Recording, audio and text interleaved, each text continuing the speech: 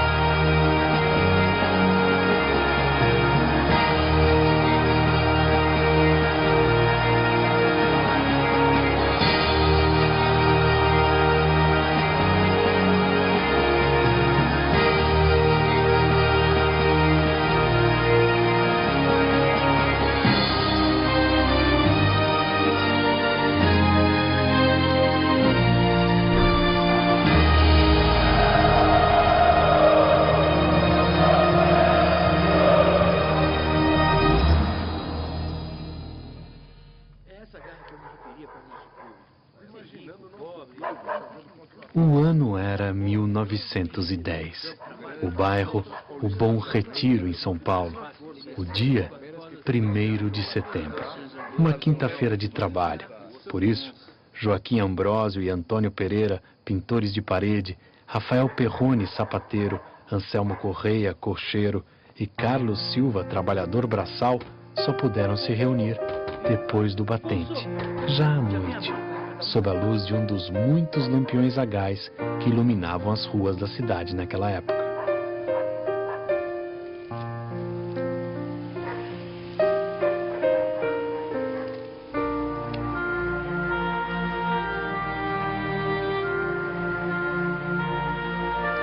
Eles tinham assistido a mais uma vitória do Corinthians Team, clube inglês que excursionava pelo Brasil. Foi em sua homenagem que resolveram fundar o Sport Club Corinthians Paulista.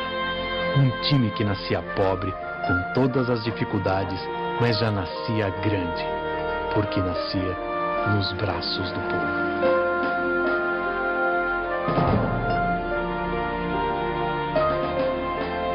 O Corinthians nasce como um clube varziano, não tinha meio termo naquela época. Ou era o tal futebol oficial, ou era o futebol varziano. O Corinthians não tinha bala para pertencer ao futebol oficial, até pela sua origem. O Corinthians, para entrar no futebol oficial, ele precisava abrir mão de algumas condições de nascimento, né? Ele nasceu num clube de bairro, ele nasceu num clube de imigrantes, num lugar de gente pobre. Assim ele permanece até 1913, quando, depois de muita luta, ganha a chance de disputar uma vaga no Campeonato Paulista daquele ano. Em seu primeiro campeonato oficial, o Paulista de 1913, o time termina em 4º lugar. Mas já no ano seguinte, 1914, enquanto a Primeira Guerra Mundial começa na Europa, o Corinthians ganha seu primeiro título, invicto, com 10 vitórias em 10 jogos. E em 15 foi para a Liga, foi convidado para participar da Liga. Só que esse convite da Liga dos Ricos trouxe um prejuízo. Em uma jogada muito bem ensaiada pelos clubes da elite, o time fica fora do campeonato da Liga Rica e seus jogadores se espalham pelos outros clubes. Se esses jogadores não voltam para o Corinthians em 16, junto com toda essa crise financeira, com toda essa complicação que se criou, o clube corria um risco de desaparecer. De certa maneira, o Corinthians é a vitória do povo. É dessa época que surge quase que um mito corintiano do clube que venceu desafios, do clube que foi capaz de superar todas as dificuldades que a gente pode imaginar.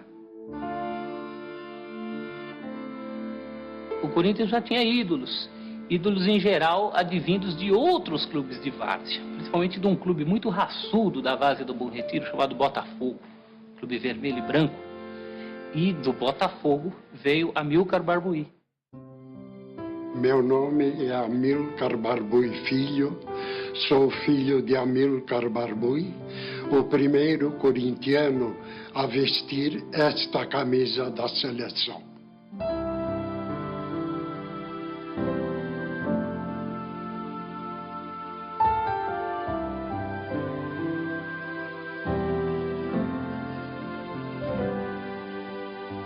Ele era elegante, calmo,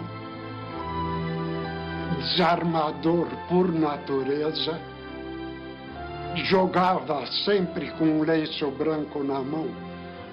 Eu não lembro se foi em virtude de alguma pancada que ele recebeu no nariz ou unicamente para enxugar o rosto, mas aquilo era um dos destaques dele. O Corinthians, para o meu pai, era o Corinthians. Era o time do coração dele. Ele jogava por amor. Tanto que dizem que quando ele se transferiu para o Palestra Itália, ele jogava com a camisa do Corinthians por baixo. Amilcar é uma figura fundamental para o progresso esportivo do Corinthians. É ele que traz, ele não nasceu no clube, ele veio para o clube, ele é fundamental para estabilizar o clube, para dar todo, ele é fundamental para ganhar a entrada na Liga em 13. Bom, ele era um ídolo. É.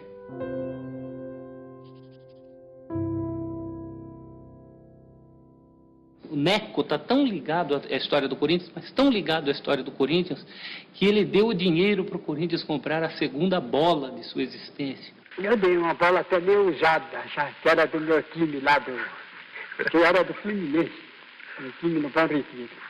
E eu vi o Corinthians lá, coitado, sem bola, sem nada. E aí então tinha uma bolinha boa ali, e eu deixei de jogar no Fluminense, porque tinha que jogar no Corinthians, e dei aquela bola de presente para o João da Silva. São 17 anos a serviço do Corinthians. Não por acaso ele ganhou uma estátua, ganhou um busto de bronze, que desde 1929 enfeita os jardins do clube. O Neco é o primeiro atleta símbolo do Esporte Clube Corinthians Paulista. Pela sua técnica também, jogador de seleção brasileira, campeão sul-americano em 19 e 22, num tempo em que o campeonato sul-americano tinha o peso de Copa do Mundo. Ele era um homem que ia buscar uma bola na defesa, driblava 1, 2, 3 e entregava. E era do tamanho miudinho, mas com uma coragem extraordinária. Rola até hoje a lenda de que o Neco corria atrás do juiz com a cinta na mão. Tudo isso porque num jogo contra o Palestra Itália, ele levantou, foi ajeitar o calção, foi ajeitar a cinta e gesticulou contra o juiz com a cinta na mão. Então, quem estava na arquibancada naquele dia alimentou a lenda de que o Neco teria tirado a cinta para o juiz. Uma história que ele nunca desmentiu. Bom, Neco é o recordista de amor à camisa por tempo seguido, consecutivo. Entre 1913 e 1930 são 17 anos. Mas aquele que mais vezes vestiu essa camisa aqui, até porque no período em que ele jogava havia mais jogos, foi o Vladimir. O Corinthians é preto e branco, onde passa deixa encanto, porque rema contra a maré. O Corinthians é altaneiro, meu São Jorge Guerreiro. O Vladimir fez nada menos do que 805 partidas, algo que ninguém até hoje fez e dificilmente fará, nesses tempos de mudança de clube tão frequente, né? O Vladimir também é o recordista de partidas seguidas, ele jogou mais de 2 anos entre 81 e 83, sem se machucar, sem ser expulso. Então eu cheguei várias vezes, joguei com o tornozelo inchado, com botinha de esparadrapo, joguei com costela quebrada, joguei com 39 graus de febre, Enfim, eu queria estar em campo. Eu detestava ficar fora de campo. Eu era realmente franzino, não chegava a ser raquítico, né? Mas era franzino, só que eu era valente, né? Era muito guerreiro. Eu costumo dizer que eu fui forjado na luta, entendeu?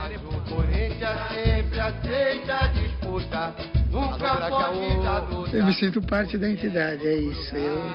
Quando falo em Corinthians, eu me sinto como uma parte integrante do seu complexo, da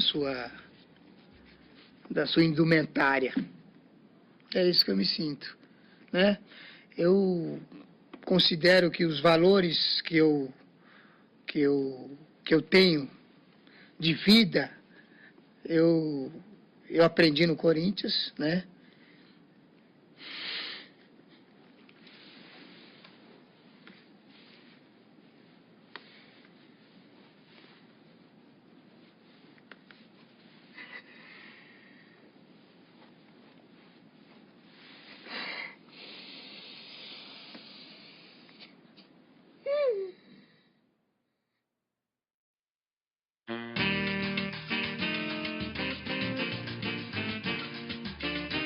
Os loucos anos 20 trazem para o Brasil uma completa mudança de mentalidade. Em 22, ocorre a primeira transmissão de rádio, ainda experimental, realizada durante as comemorações do centenário da independência. São Paulo é sacudida pela Semana de Arte Moderna, que rompe com todos os padrões estéticos e culturais. Um dos expoentes daquele movimento, o pintor Francisco Rebolo, que chegou a jogar no clube, torna-se o responsável pela arte final do escudo corintiano. Corinthians, que recém-egresso da Liga, 3 anos antes, era um clube que ainda procurava se firmar, era um clube que ainda precisava mostrar, jogando contra os grandes, a mesma eficiência que havia mostrado lá atrás, nos títulos de 14 e 16, contra os clubes chamados de segunda linha da Liga Paulista de Futebol. Campeão paulista em um ano especial, o do primeiro centenário da independência do Brasil em 1922. Bi em 23, tri em 24, quando São Paulo é bombardeada durante a Revolução Tenentista e o campeonato tem que ser interrompido. Na volta, o Corinthians ganha com grande facilidade. O Corinthians reina absoluto no futebol de São Paulo. Ponte Grande ficou pequena para o Corinthians. A diretoria, na figura do presidente Ernesto Cassano, foi visionária em 1926 para a compra de um terreno no Parque São Jorge.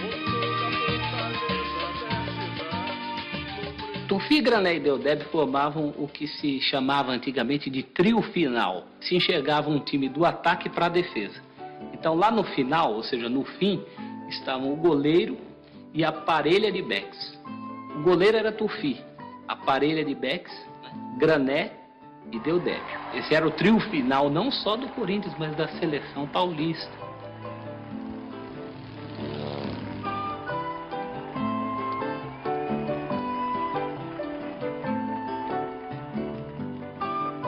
O Tufi era um goleiro aventureiro, usava costeletas enormes, camisa preta, que lhe deu o apelido de Satanás. Teve uma vida boêmia, era um jogador galã, dizem um emérito defensor de pênaltis, dizem Tufi, que morreu muito cedo, de uma pneumonia dupla, teria evoluído para tuberculose, teria morrido enterrado com a própria camisa do Corinthians. À sua direita jogava o Grané, Pedro Grané. Pedro Grané era um homem, antes de tudo, muito alto, muito forte e dono de um potentíssimo chute, que lhe deu o apelido de 420, o calibre do maior canhão da época, de fabricação alemã. Diz a lenda que o chute do Grané era capaz de entortar munhecas de goleiros. E o Deodébio era conhecido mais pela regularidade, um zagueiro que depois se tornou símbolo do corintianismo. Durante anos foi titular do Corinthians. Ele emenda o tri de 22, 23 e 24 com o de 28, 29 e 30. E o tri de 30 acontece já no comecinho de 31, uma goleada 5-2 na Vila Belmiro em cima do Santos. Para esse jogo na Vila Belmiro, acontece aquela que é considerada a primeira das muitas invasões corintianas, da torcida corintiana, ao território adversário. O Corinthians vai fechar a década de 20 com 6 campeonatos ganhos em 10 disputados. A primeira vitória contra um time internacional, o Barracas da Argentina, foi em 1929, 3-1. Entusiasmado com a brava atuação corintiana, o jornalista Tomás Mazzoni destaca a fibra de mosqueteiros demonstrada pelos jogadores. O apelido pega para sempre e os triunfos internacionais continuam. O Corinthians também goleia o Bolonha da Itália por 6-1, já embalado pelo seu primeiro hino.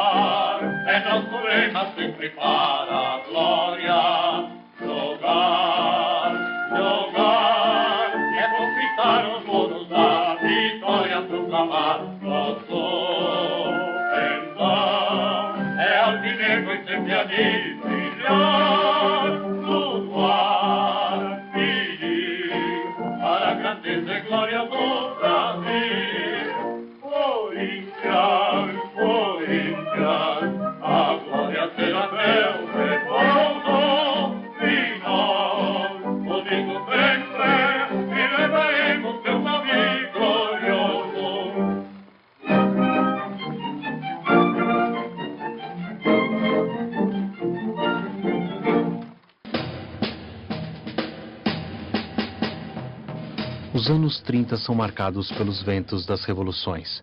Enquanto Getúlio Vargas toma o poder no Brasil, a Itália fascista busca repatriar seus filhos, com a intenção de fazer do futebol italiano o maior do mundo.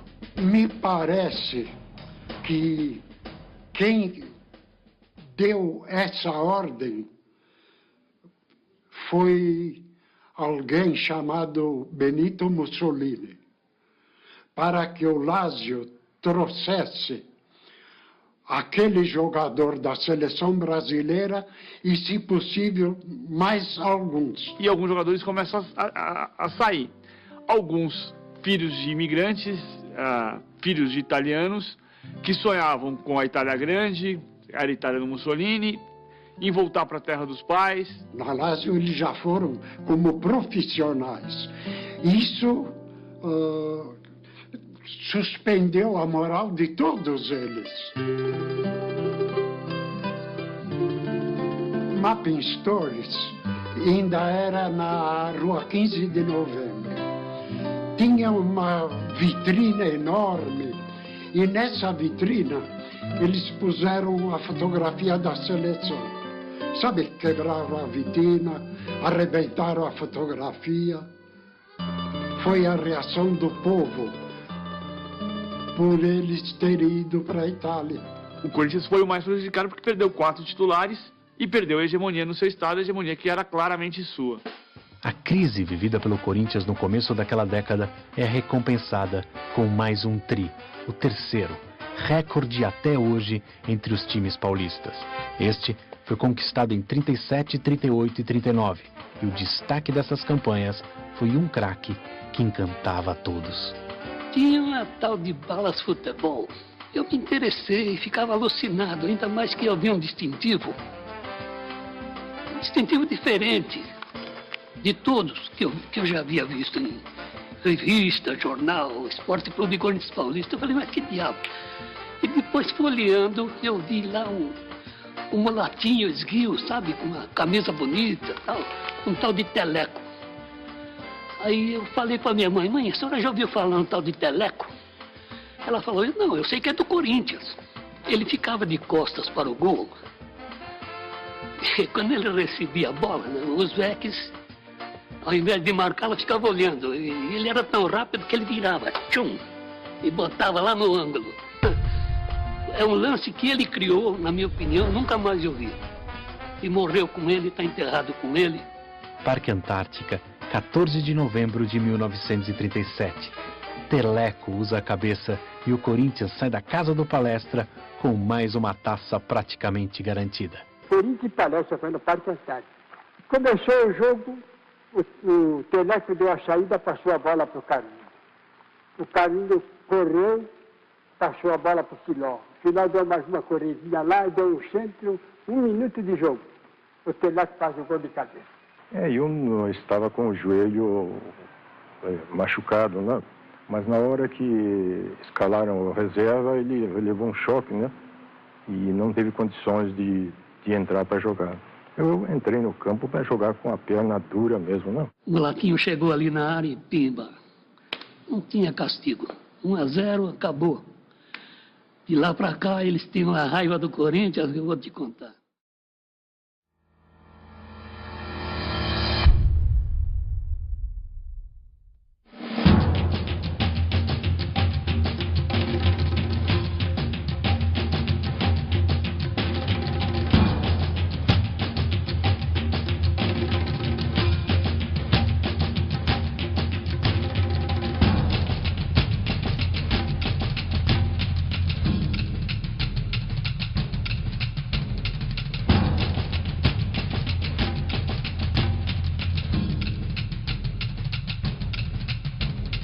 Essa rivalidade que eu acho que já vem lá de 1910, 1912, né?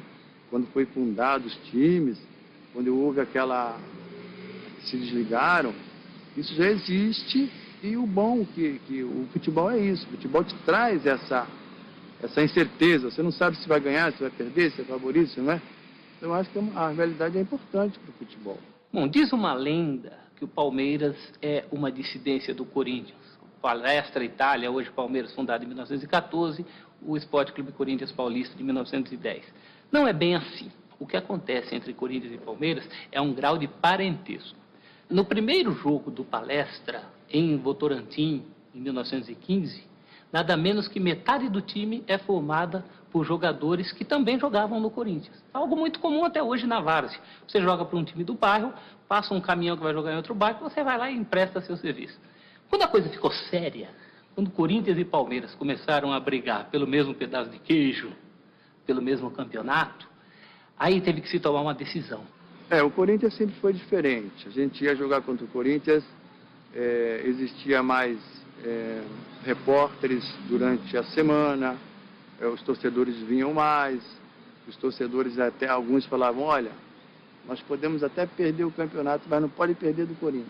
O preparo era diferente, a semana era diferente. O olhar do torcedor pra gente era diferente. Pô, é agora, hein? Poxa, é agora, Ronaldo, agora tem que ganhar desse cara. Porque o palmeirense corintiano tem aquela, né, aquele sarro, né, de um tirar do outro, aquelas coisas todas. É coisa antiga, né? É do porco, é do gambá. Isso aí foi em 79, né? Lá, praticamente já na minha chegada em São Paulo, né, aquele clássico, né? Corinthians e Palmeiras, né? E semifinal, né? Que a gente tinha que tirar o Palmeiras para ir para a final com a Ponte Preta. E realmente eu fiz o gol, né? Foi um gol de canela, chorado, mas a bola entrou no cantinho lá, né? E acabou tirando o Palmeiras fora. E aquele ali para mim foi o primeiro Corinthians e Palmeiras mesmo. Um jogo difícil, tava 2-1, né, pra gente, né? Tava 1-0, o Jorginho empatou, aí fizemos 2-1.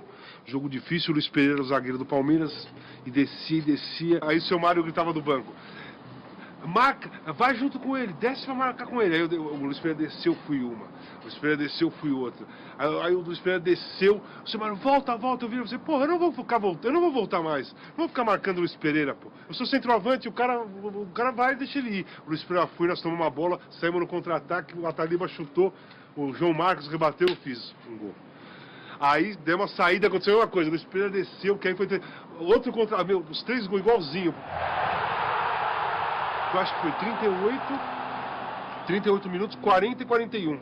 E eu fiquei puto com ele, falei, não vou marcar o Luiz Pereira porra nenhuma, e acabei fazendo os 3 gols em cima, no buraco que o Luiz Pereira deixou. Eu respeito muito o Palmeiras, mas cada vez que eu ganho do Palmeiras eu fico muito contente. Eu acho que a rivalidade é importante para o futebol. Mais uma rivalidade em que você possa ir lá, torcer, sair contente, sair triste, mas que não exista mortes, como a gente tem visto, né? Isso aí eu acho que não é o esporte, não é legal. Bom, pelo jeito ele vai bater direto, né? Não tem nem barreira, hein? É o que ele faz, Veloso!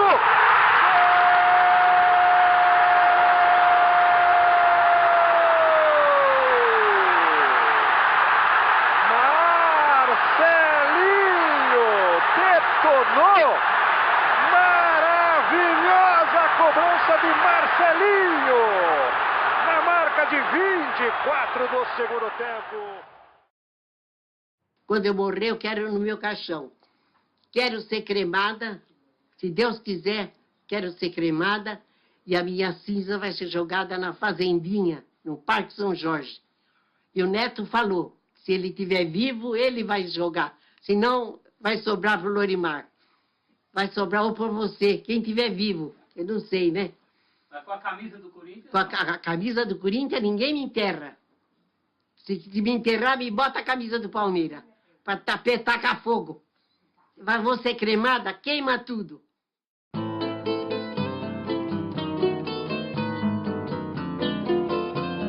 São Paulo já não podia parar. Em 1940 é inaugurado o Autódromo de Interlagos.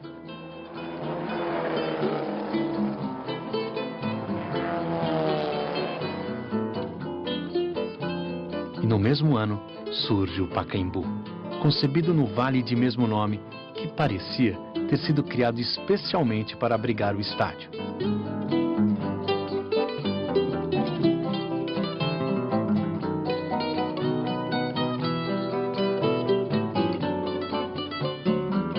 Com um projeto inspirado na estética de Albert Speer, o arquiteto de Hitler, o Pacaembu é inaugurado com um desfile de delegações esportivas no sábado e 2 jogos no domingo.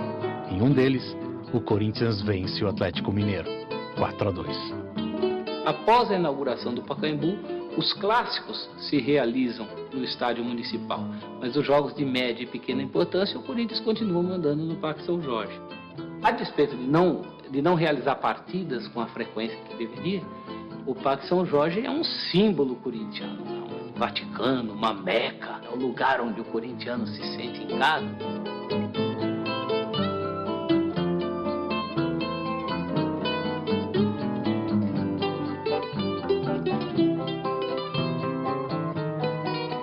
Tem a biquinha de água que já estava no Parque São Jorge quando da compra do terreno. Dizem que quem bebe a água da biquinha vira corintiano para sempre.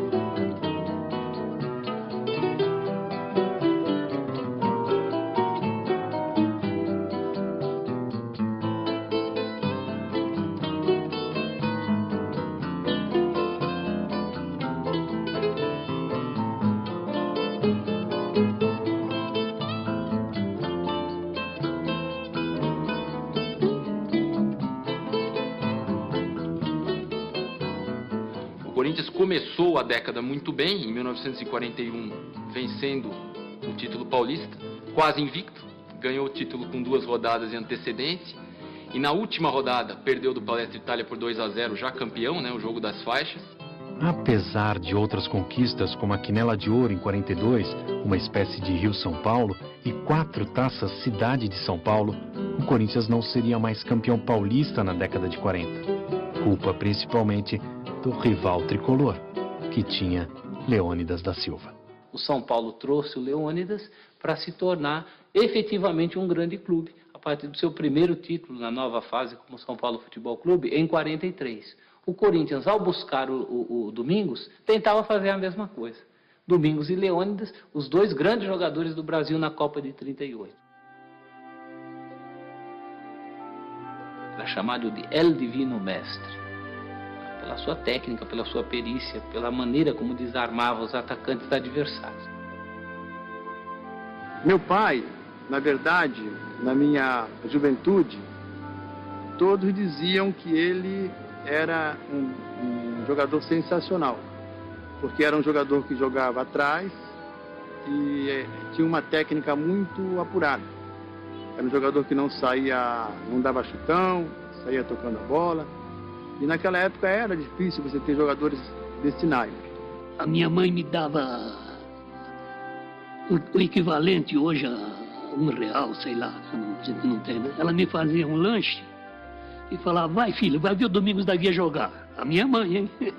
Que não entendia patavina de futebol. É um jogador que se identificou muito com o Corinthians, a ponto de, no dia em que o time foi campeão, voltou a ser campeão em 51, ele ter viajado do Rio para São Paulo para assistir o jogo e cumprimentar os jogadores nos vestiários. E a frase do Domingos, segundo os jornais da época, era essa. Ele cumprimentava 1 a 1 os campeões de 51 e falava para eles, muito obrigado por terem conquistado o título que não pude conquistar.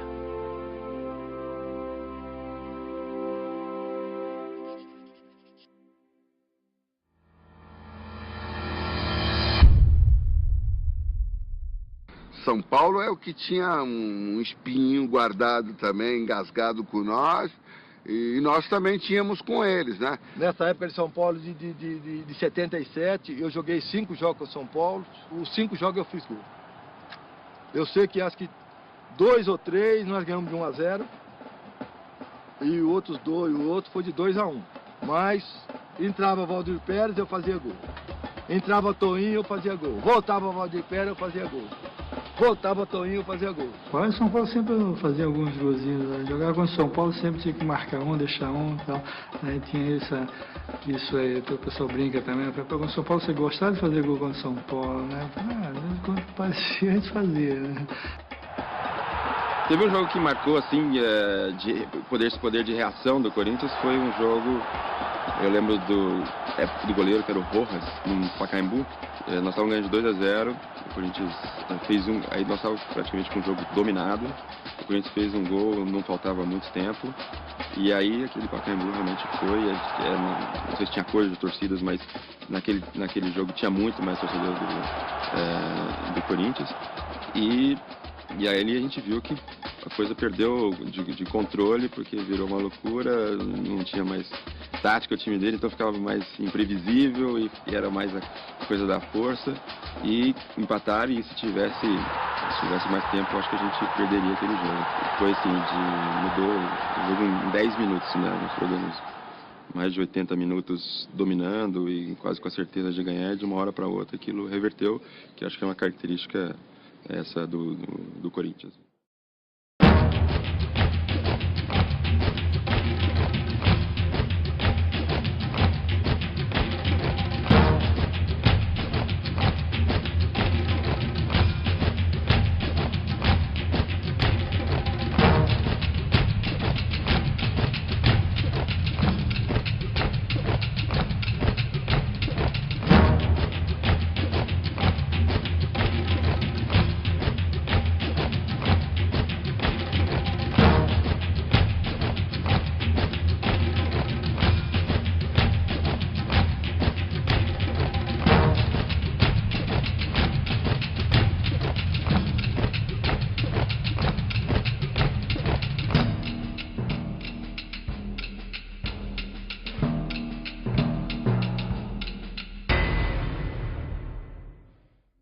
Não é só, o jogador não tem só aquela fase boa, só de fazer gol.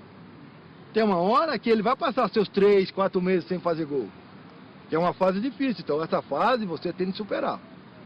Tem de superar, que a gente tem de entender que não é só fase boa na frente da gente, não. Tem as fases ruins. Então nessa fase, você tem que mostrar para a torcida que você está lutando. Nessas fases, é que eu mostrava dentro de campo. Eu não estou fazendo gol, mas eu estou jogando pro time. Eu estou aí errando o gol.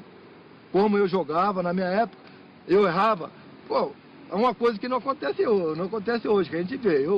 Quando eu brinco com meus amigos, brinco com os torcedores que me encontram, né? Que naquela época, eu chegava debaixo do gol, a bola estava entrando, A torcida já estava levantando para gritar gol e chutava a bola, passava por cima da trave.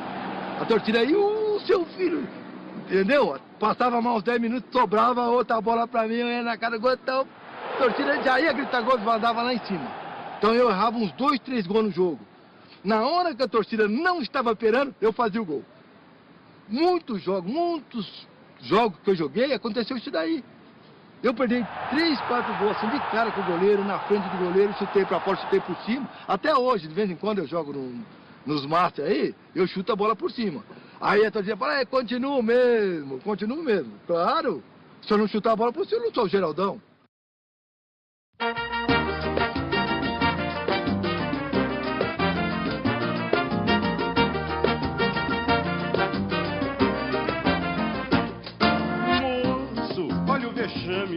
Na virada de 1949 para 50, começa uma reformulação do Parque São Jorge. Vocês querem renovar? Então nós vamos trazer o Luizinho, o Colombo, o Roberto, o Cabeção, o Idário. Gente recrutada principalmente na várzea do Maria Zélia, da Zona Leste paulistana, que era um time de várzea muito forte, muito tradicional. E com essa base, o Corinthians vai dar uma guinada na década de 50. Prejudicando hoje o bom crioulo de amanhã. Será distintamente censurado. Se balançar o corpo, vai para mão do delegado.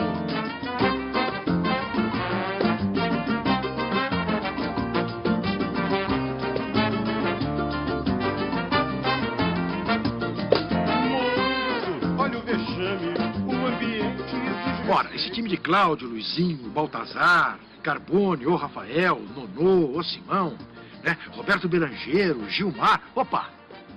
Eram jogadores todos de nível de seleção brasileira. Era um baita de um time, né?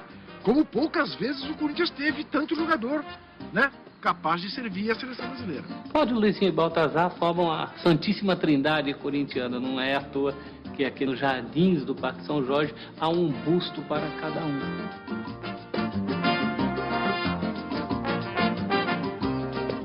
Tô chegando um dia ao Morumbi para ver um jogo.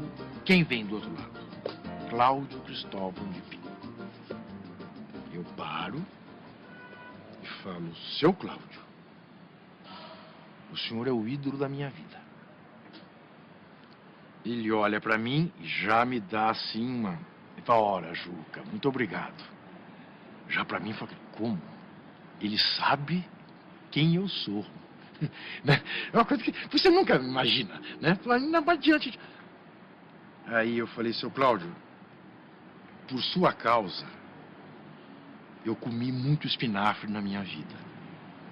Ele falou, como? Eu falei, pois é, seu Cláudio, eu era um garoto razoavelmente de saúde frágil e o meu pai, para me convencer a comer espinafre, que eu odiava, dizia que o senhor levava espinafre no bolso traseiro do calção, que era por isso que o senhor jogava tão bem.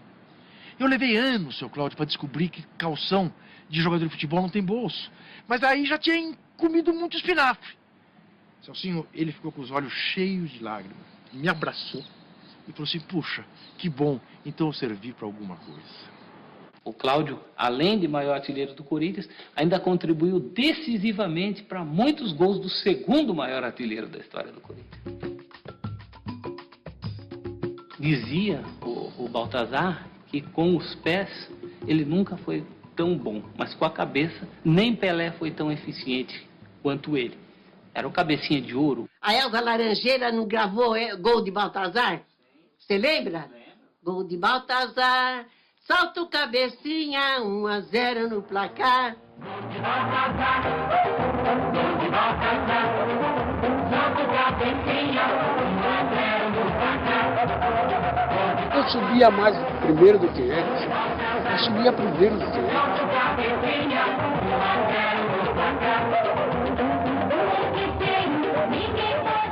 Eu pegava o botão e pá, com o Baltazar. É gol do Baltazar.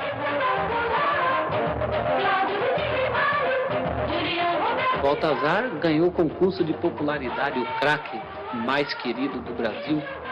Ele ganhou um automóvel. O automóvel dele pegou fogo, a torcida fez questão de dar outro carro para ele.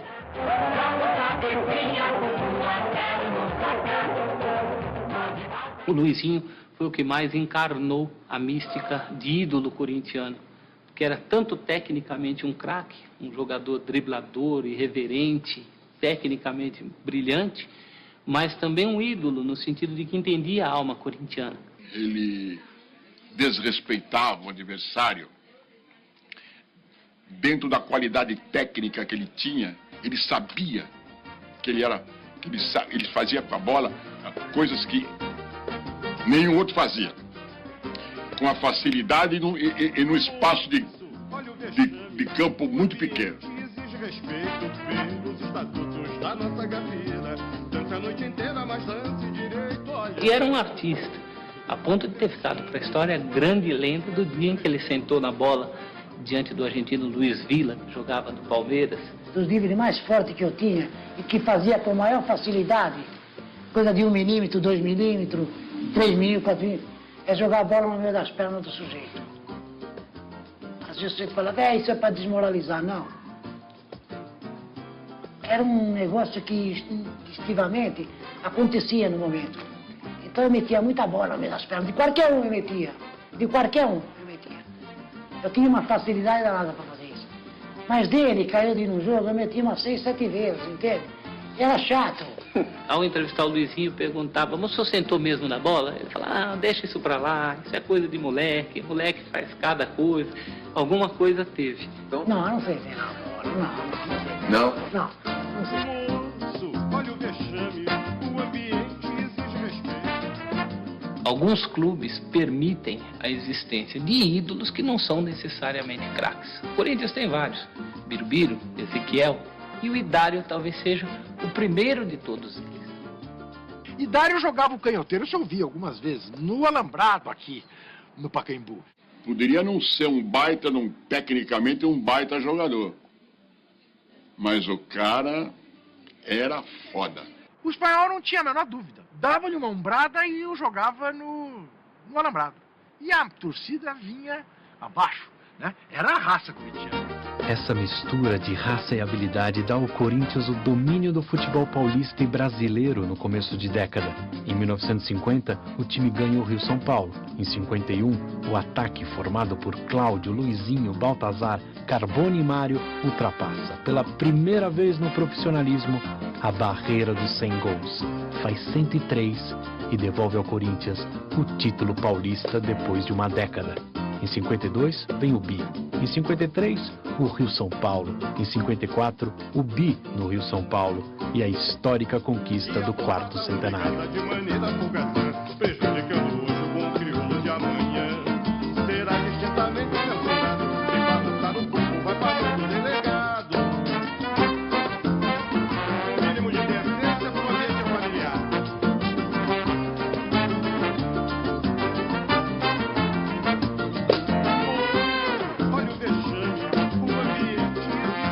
No primeiro jogo de sua história fora do Brasil, em 51, o Corinthians goleia um combinado uruguaio por 4-1.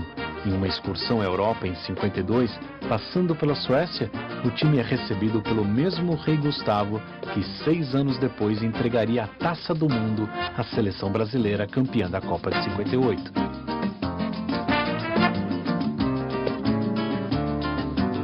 No ano seguinte, 53, é campeão da pequena Taça do Mundo na Venezuela, derrotando Roma e Barcelona. O Corinthians vive seus anos dourados.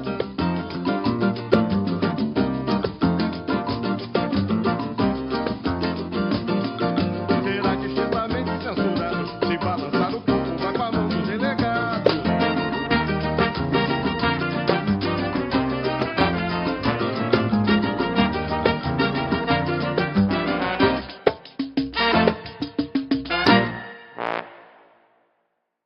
O Brasil é campeão do mundo em 58, quando o Corinthians começa, né, começa a ficar claro o jejum corintiano. Tinha perdido o título para o São Paulo em 57, na final, e, enfim, e o Brasil ganha a Copa no ano seguinte.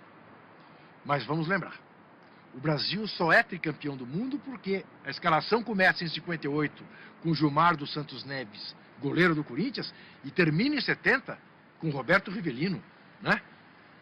Grande ídolo do Corinthians. Tá aqui a chave. Nunca ninguém se dá conta disso, mas é óbvio. Não me venham de Pelé, de Garrincha. Essa gente foi importante. Didi, são bons coadjuvantes. De Gilmar, que segurou lá atrás, e de Rivelino, que fechou a contagem lá na frente. Os piores anos do jejum corintiano de 58 a 74 coincidem com o auge do Santos e de Pelé. A gente sofria tanto que faltando 10 minutos, 15 minutos, a gente ia embora. E o corintiano não fazia isso. Só fazia isso contra o Santos. Porque não tinha jeito. Contra o Corinthians dava certo. Né? Várias vezes o Corinthians entrava e jogava muito melhor que o Santos. Mas aí perdia pênalti, a bola batia na trave no pênalti, o goleiro defendia o pênalti. E a gente ia lá, pô, acabava ganhando de 1-2-0. Uma vez no Parque São Jorge, o Parque São Jorge apinhado. Né?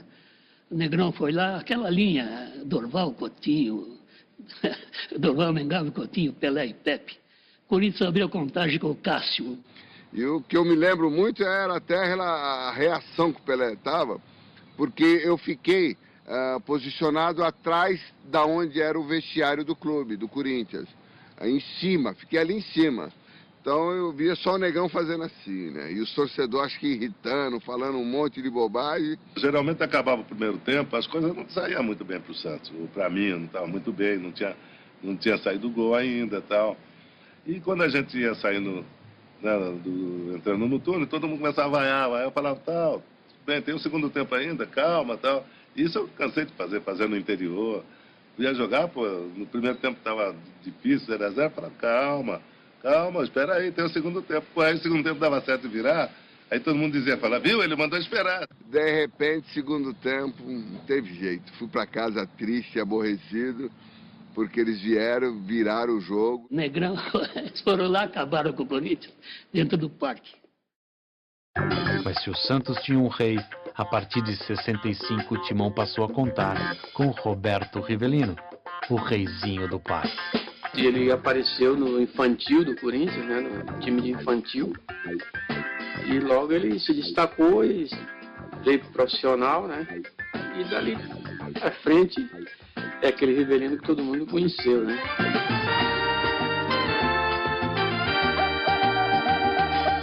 Não, o Rivelino era um jogador muito agitado, né, gostava de agitação, de falar.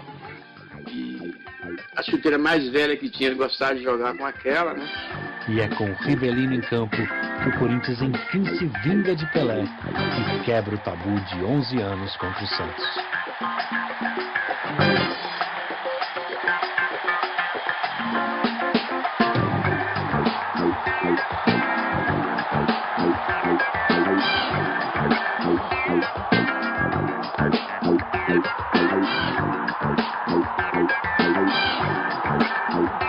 Parecia tudo pronto para o início de novos tempos, mas o destino, mais uma vez, atravessa o caminho alvinegro. Um acidente de carro na Marginal Tietê leva 2 jovens talentos corintianos, o lateral Lidu e o ponta esquerdo Eduardo.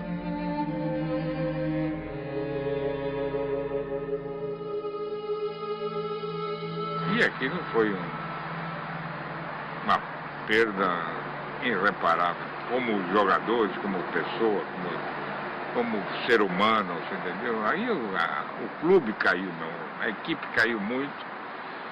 O Corinthians não consegue, porque o Palmeiras não deixa, nem sequer inscrever 2 jogadores no lugar. E eu não tinha mais reserva. A altura para ser titular. E o ambiente também não estava bom, muito triste, e acabamos perdendo o campeonato. Aí eu digo, né, para você. Não tem que ser o Corinthians. Vamos ganhar um título num ano em que 2 dos nossos morreram do jeito que os 2 morreram? Ora, dane-se o título. É claro, muito maior é o Preito, a Lidu e a Eduardo, que fazem parte da história do Corinthians, sem terem sido campeões. Isso distingue o Corinthians.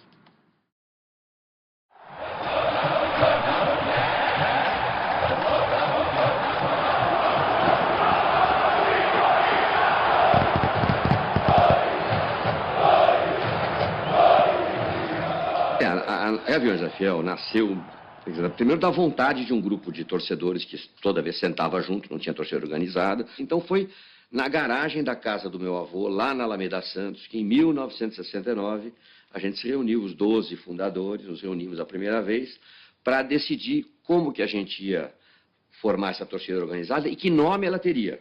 A gente teve várias sugestões de nomes, Carcarás da Fiel, alguém deu uma sugestão de, então vamos botar o nome de Gaviões da Fiel, inspirado nos dragões rubros-negros, né?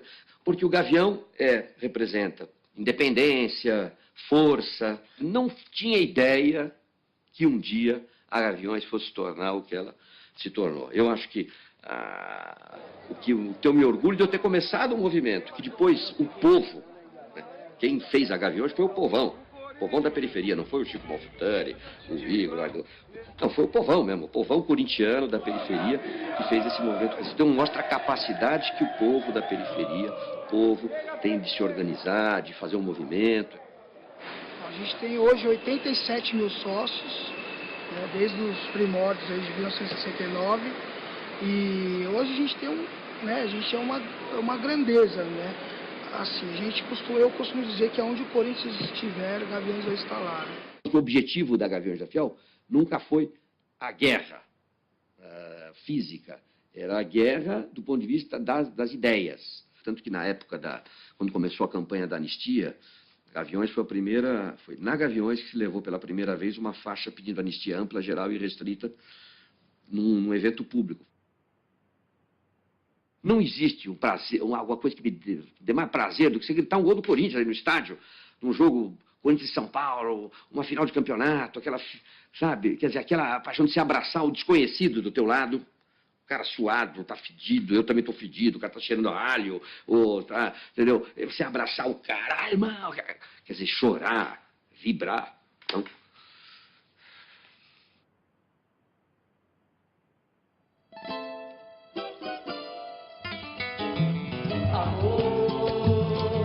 São 25 anos de felicidade. Amor, nossa bandeira vai cobrir toda a cidade.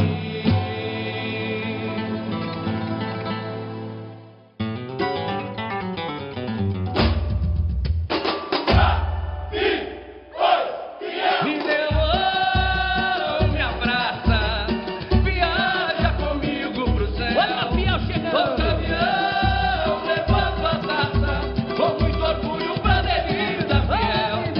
Me deu mão, me abraça, viaja comigo pro céu. Ô caminhão, levando. E a gente tem o nosso segmento do carnaval, que também é um segmento muito especial, né, que todas as pessoas que já passaram por aqui, que estão aqui até hoje, já conduziram isso também com amor, para mostrar para o corintiano no mundo inteiro que a gente consegue fazer uma festa bonita para homenagear o Corinthians. Né? Então, assim, a partir do momento que a gente está dentro do sambódromo desfilando, a gente está representando o Corinthians, a grandeza da torcida. É inexplicável, assim, não consigo entender. Eu, assim, não sei se é certo ou errado, mas eu comparo ao amor que a gente tem por um filho. Eu sou mãe e eu faço essa comparação. Cada qual no seu lugar, mas é a mesma comparação, é o mesmo amor. É complicado, assim, explicar com palavras. Realmente é sentimento puro. Te amo de verdade, vou te levar pro infinito. Vai, Corinthians!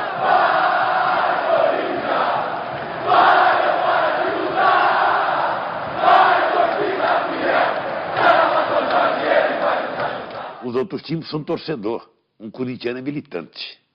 Ou seja, ele acredita mais, ele briga mais. Ou seja, ele não é Corinthians quando é campeão. Ele é Corinthians quando perde, ele é Corinthians quando empata, ele é Corinthians quando ganha. Ou seja, nós, na verdade, nos sentimos a razão de ser do Corinthians. A torcida do Corinthians joga, as outras assistem. O Corinthians joga, as outras empurram. O Corinthians joga, as outras aplaudem. O Corinthians joga, ela veste a camisa. Não estou exagerando, não. Ela faz o time ganhar, faz o time ganhar. Sem desrespeitar as outras, que quando podem, ajudam. Mas a do Corinthians ajuda mais.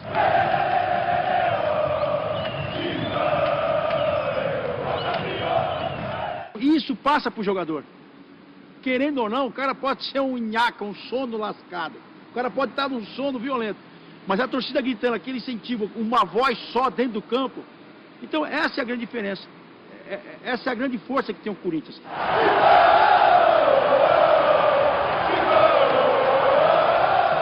Por isso que o corintiano tem que chegar cedo no estádio. Até todo mundo colocar, tá dura a minha chuteira, tá dura a minha chuteira, tá dura a minha chuteira. Isso não pode demorar muito, senão o jogo começa e está sem os jogadores.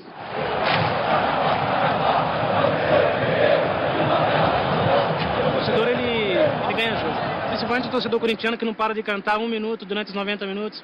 Mesmo com o time no sufoco ou perdendo, o torcedor tá lá cantando, né? Isso sim é torcer, isso é amar um clube, isso é amar os jogadores. Essa é a diferença do Corinthians com os outros clubes. É uma torcida fabulosa, são os malucos mesmo, né?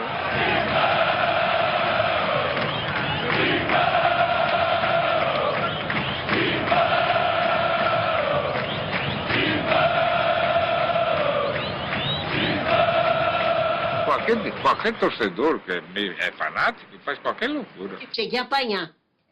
Corinthians e Ponte Preta, eu apanhei. Levei, eu não tenho vergonha de falar, mas eu dei também. Eu dei uma no saco do cara. Eu não podia com a mão, foi com o pé. Mulher com 20 anos para ter nenê e tem que sair no meio do jogo correndo porque começou o trabalho de parto, então tudo... Corintiano é diferente mesmo. Tem gente que passa fome para pegar um dinheirinho para juntar e para ir para o Corinthians, para o jogo. Para onde o Corinthians for. Eu agora mesmo com o presidente, eu vejo pela internet, ou seja, um tempo dentro o Corinthians jogou, eu estava num país, era 3 horas da manhã, sabe, deixei ligado para assistir o jogo. Você não viu eu no estádio, meu filho, você precisa ver eu no estádio. Eu escandalizo até a mãe que está morta.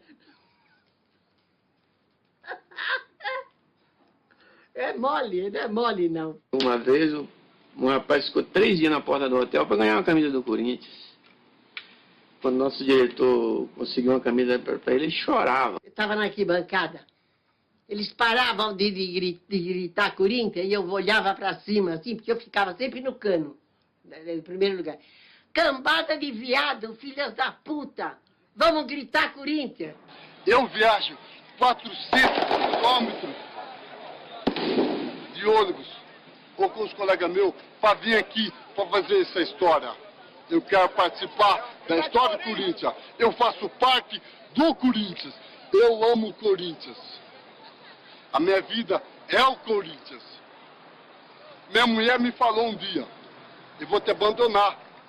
Você abandona, mas eu não abandono o Corinthians. Eu não abandono o Corinthians. Tem milhões de mulheres no mundo. Se me abandona hoje, eu procuro outra amanhã. Mas o Corinthians é um só. Eu amo o Corinthians.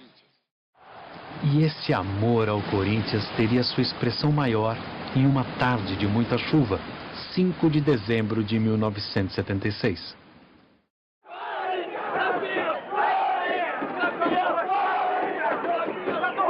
Foi um negócio coletivo de São Paulo inteiro, né? Aquela coisa de você chegar no Rio de Janeiro, né?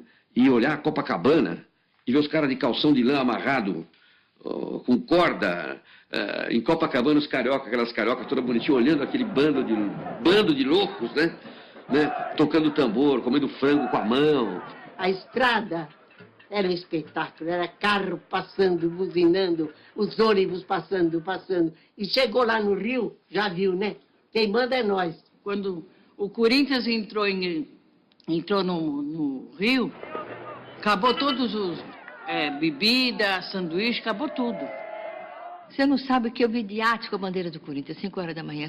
Indo lá para o estádio, eu falei, mas o que é? Mas eu chorei tanto. Mas o que é isso? Em pleno alto mar, eu estou vendo isso aqui do Corinthians. Foi uma invasão que foi, assim, emocionante. 70 mil pessoas viajaram 400 quilômetros pela Avenida Corinthians, antigamente chamada de Via Dutra, para dividir o Maracanã com a torcida rival. E pegamos o ônibus e vai embora. Passa o Santa Teresa, que negócio todo, para você chegar no Maracanã, dá uns 5 quilômetros. Estamos olhando aqui pela janela, tá? Aí vimos um ônibus, Corinthians, tá. Aí o 2, põe 3.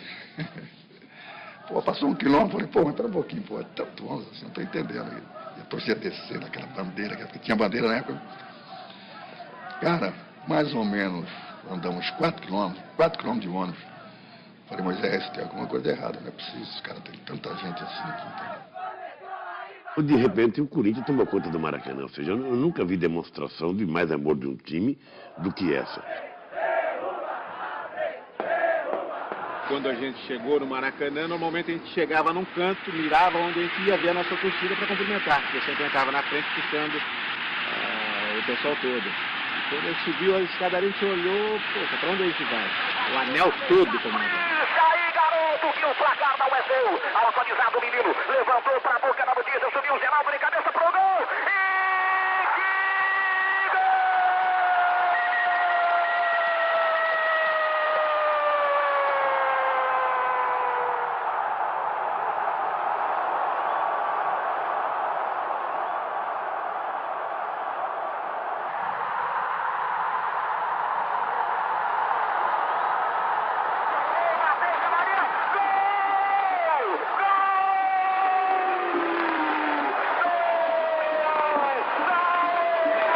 E aquele momento para mim foi assim, eu diria quase no mesmo nível de ter sido campeão em 77.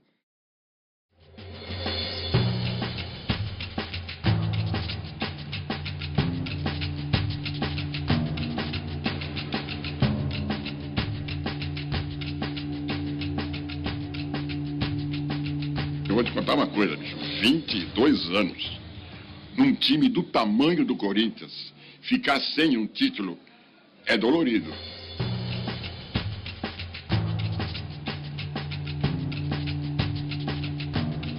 Você vê naquela torcida, semblante da torcida, né? Porque quando se paravam os Morumbi, você dizia tal, o pessoal vinha, pô, pelo amor de Deus, né? Cara chorando, volta.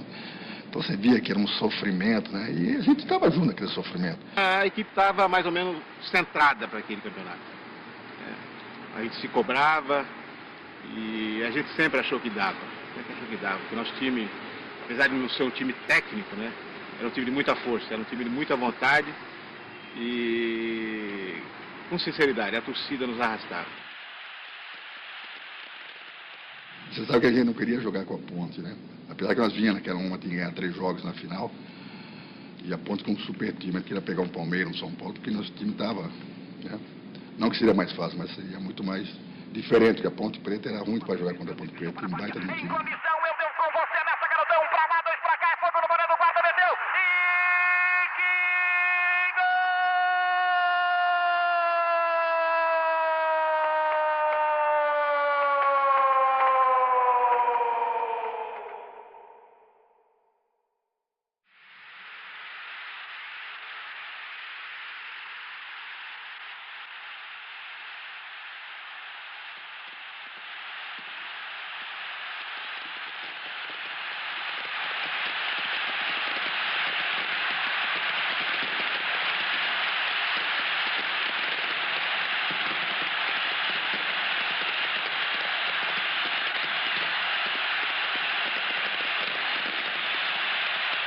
O Morumbi sempre 46 mil pessoas.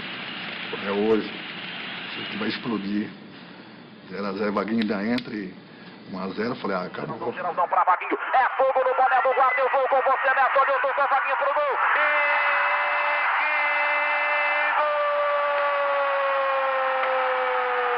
Aí deram essa infelicidade, né? Tomar aqueles 2 gols. Expectativa, correu, bateu pro gol. Gol! Do meio da avenida, sobrou o rebote, a Rui Rei olhou, tocou pro gol. Gol!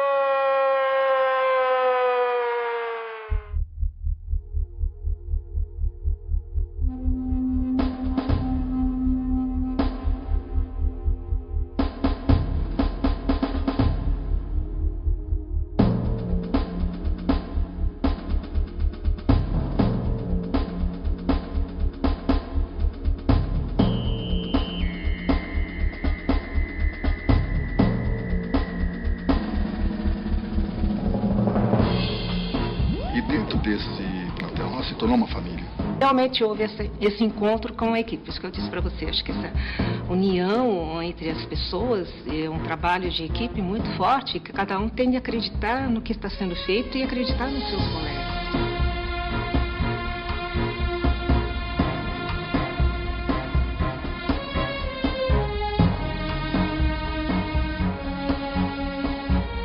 Brandão, por exemplo, foi para mim um dos célebres, uma pessoa importantíssima naquela conquista, pelas atitudes que ele tomou antes, né, da final.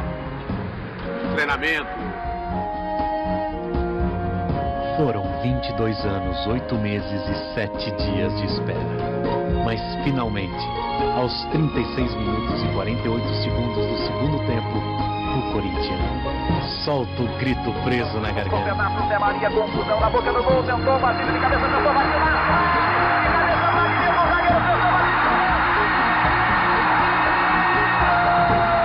Aquele gol que parecia que não saía. Aquele chute, aquela bola na trave, aquela cabeçada do Vladimir, depois aquele chute do Basílio entrou. O gol do Basílio veio na hora certa, veio no final, porque se veio um pouco antes podia dar mais complicação, né? E veio na hora certa e deu alegria a todos os corintianos.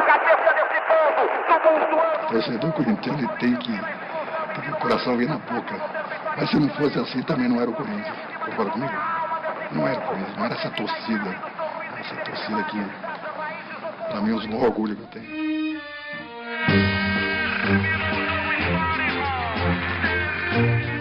Quando nós terminamos o jogo contra a Ponte Preta, eu me lembro que a gente, tanto a gente direcionou para o banco e a gente saiu correndo para cumprimentá-lo. Eu acho que alguma coisa direcionou para que a gente fosse dar aquele abraço nele, nos levantamos, né?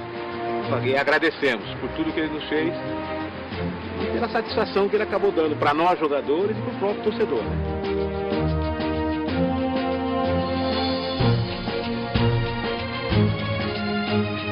Força dessa torcida, que para ele tinha uma coisa muito forte, e isso ajudou ele bastante. A torcida também ajudou meu pai muito nesse desafio. No final do jogo, é uma coisa que você, meu Deus, o que é isso? Foi uma coisa, todo mundo ficou louco. Para sair do estádio, ele falou, como é que eu vou sair daqui? Falei, minha irmã tinha um lenço, eu falei, sempre põe um lenço você. E fecha bem o paletó e a gente sai numa boa, né? E ele da mulherzinha que estava com... Eu estava dirigindo o carro, mas tonta que eu fui, né? Porque se alguém me conhecia, está dirigindo o carro, me conhece. Aí ele estava atrás do banco, quando eu desço a rampa lá da... Ah, dona Marlene! Subsete de mulher, ele estava... Foi uma coisa impressionante.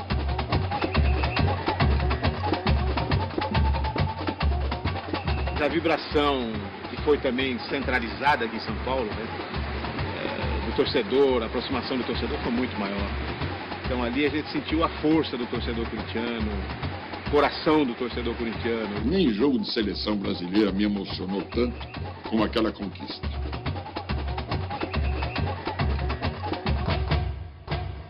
Então, cara, quando você para... Aí a ficha cai, né? Falou, pô, cara, peraí, foi campeão pelo Corinthians. Corinthians, você é a nossa paixão mesmo.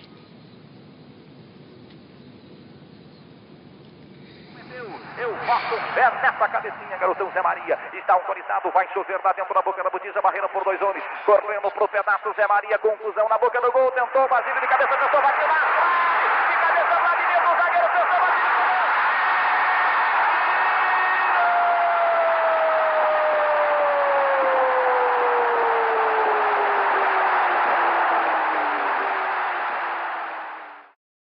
O Corinthians sempre arrastou multidões e sempre arrastou fanáticos pelo futebol, então não tem jeito. Aquele que não se contagiasse durante o jogo com essa torcida, brincadeira, não servia para jogar mesmo. No timão, pelo menos no timão não servia. Então o Corinthians, o que eu falo que o Corinthians não é para qualquer um, é porque é isso. O torcedor do Corinthians gosta do Corinthians. Ele vai se apaixonar por você depois que você parar. Enquanto você está jogando no Corinthians, ele gosta do Corinthians. Pouco está se lixando se você é o Pelé, o Birubiru, o Casagrande ou o Sócrates. Joga, corre e luta. É o Corinthians que interessa. Então essa é a grande diferença. Essa é a grande força que tem o Corinthians. Por isso que o Corinthians consegue dessas arrancadas e mudar o jogo, virar o jogo, fazer a equipe crescer. E o jogador só tem que se entregar todo. Toma, tô aqui pro jogo.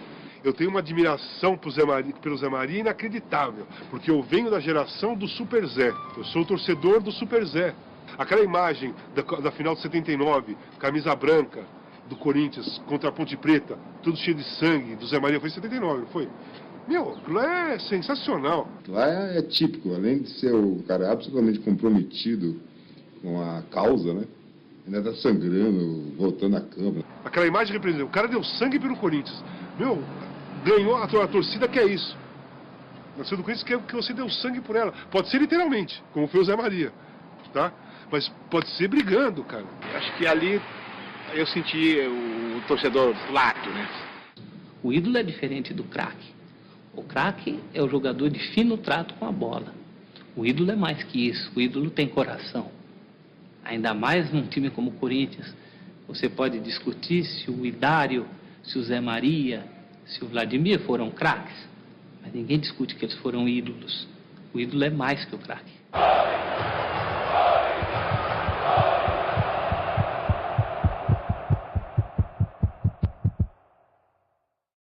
Em 79, Sócrates e Palinha. E aí o Corinthians resolve virar um pouco aquilo que outros, né, achavam que só eles poderiam ser. Academia, e universidade de futebol, e futebol refinado. O Magrão e o Palinha resolveram mostrar que era possível. Eu sentia-se meio assustado, mas só que o meio assustado me dava muita tranquilidade, porque eu nunca me senti... Mentira! Mentira! Baixinho, para de falar mentira, rapaz. Dá licença, menino. Som. Não, esse aqui não. Cadê o cabelinho? Cadê o cabelinho? Vai mais de 20 anos que eu não vejo essa coisa. Ele falou 30. 30 já? Você tá velho, hein? Porra, você tá velho. Eu sou avô ainda. Nós tínhamos uma simbiose. O meu cérebro com as pernas dele.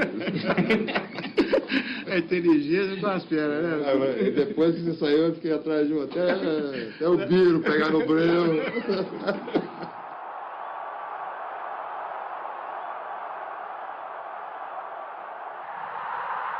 Eu fui o protagonista dos passos mais bonitos que eu dei na vida e não fez o gol.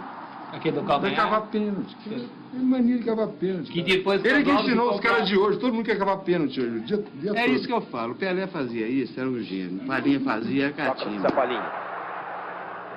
Sócrates, Palinha, penetrando Palinha, pode marcar, olha o Palinha, pode marcar o Sócrates, atenção, gol! E o Palinha lembrou as comparações das tabelinhas entre vocês com Pelé e Coutinho, né, Palinha? Eu lembro na época, teve essa comparação. Foi a imprensa, né, que falava, né, Sandro? Tá bom, Pelé. Tá bom, Coutinho.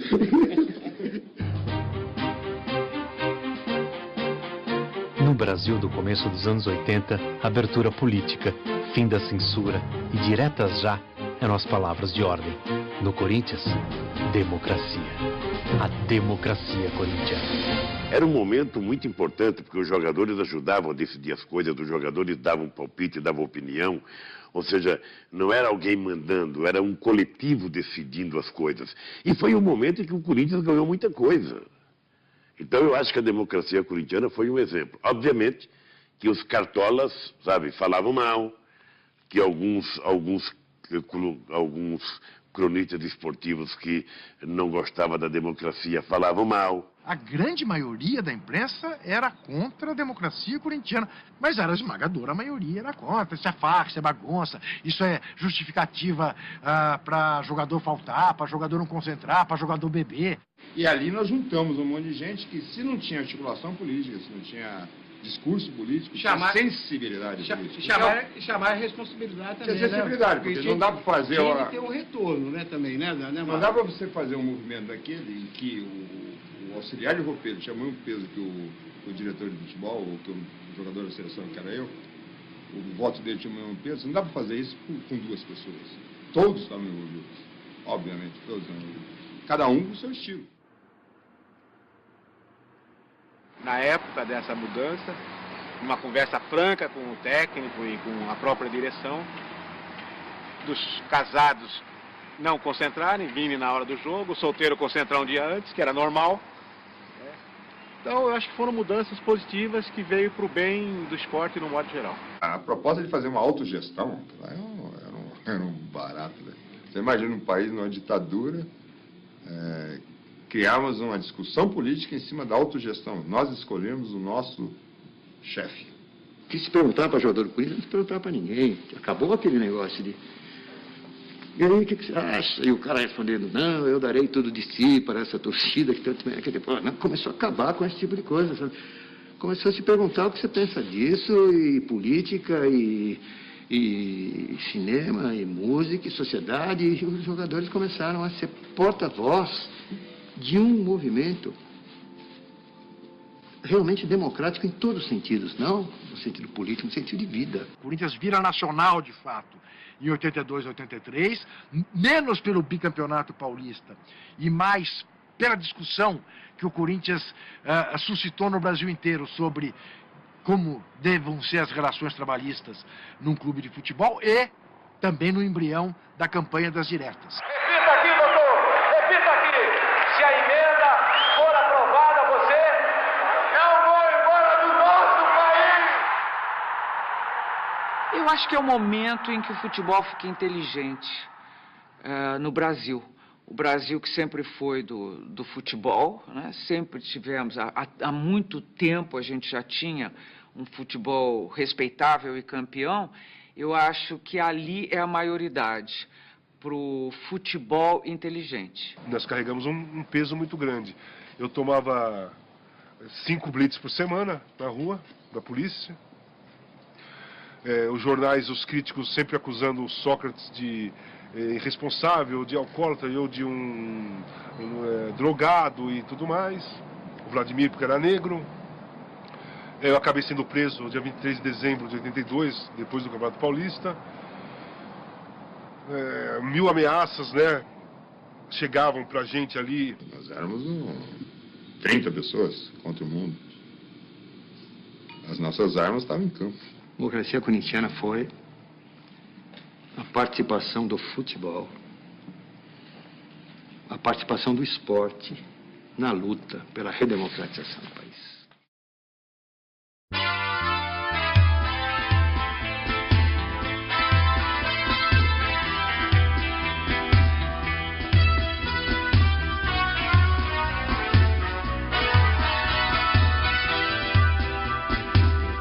Salve o Corinthians, o campeão dos campeões, eternamente dentro dos nossos corações. Salve o Corinthians, de tradições e glórias mil. Tu és orgulho dos esportistas do Brasil. Teu passado é uma bandeira, teu presente uma lição. Figuras entre os primeiros do nosso esporte pretão.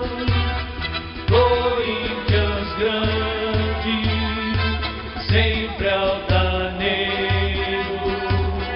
És do Brasil, o clube mais brasileiro.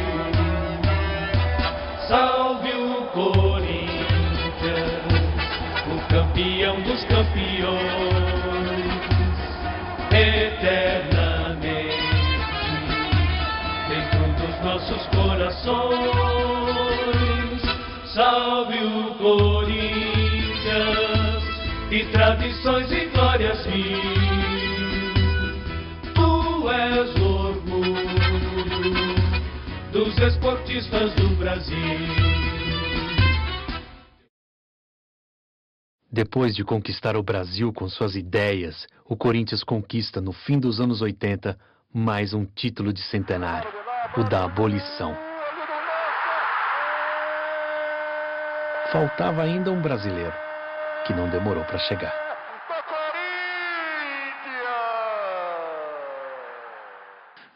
Quando começou aí os 8, né, que ficaram para decidir o título, né? Eu não acreditava, não.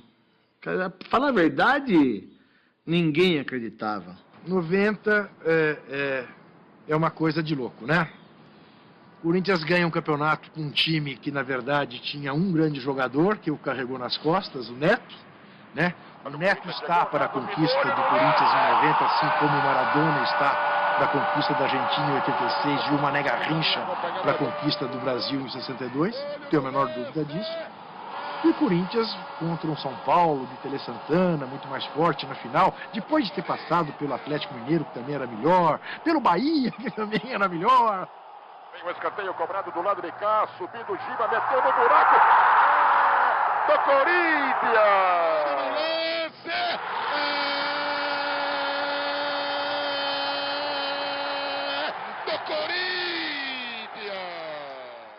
E aí, aos poucos, cara, a gente foi tomando uma força, foi conseguindo um espírito assim tão forte.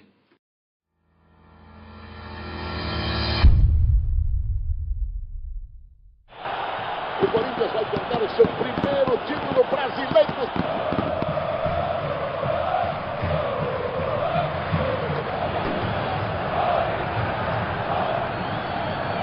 Neto. Tupã. Fabinho está lá como comandante. Agora já está mais pela ponta. Vamos ver o Fabinho. Bom lance do Fabinho. Bom lance do Fabinho.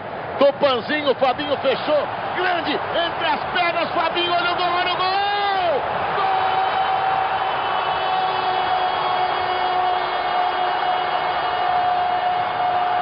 É o gol que marcou, né? Minha carreira. A história hoje. Eu sou conhecido também pelo esse gol, né? O primeiro gol do título.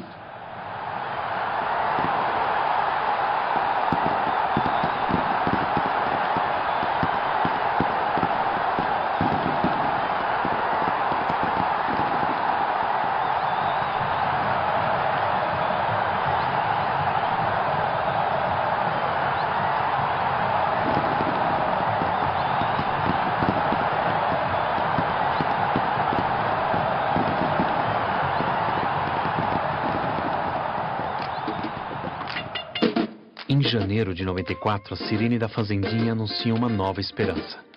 Marcelinho chega do Flamengo para se tornar um dos maiores ídolos de toda a história corintiana.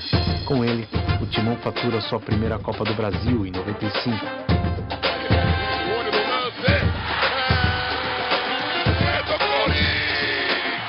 E é campeão paulista. Ano sim, ano não.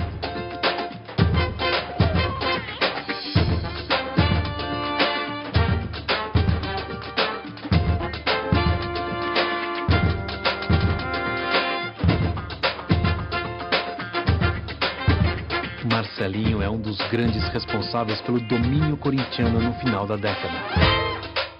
Olha, em 99, em 98, em 2000, quase ficou monótono ser corintiano.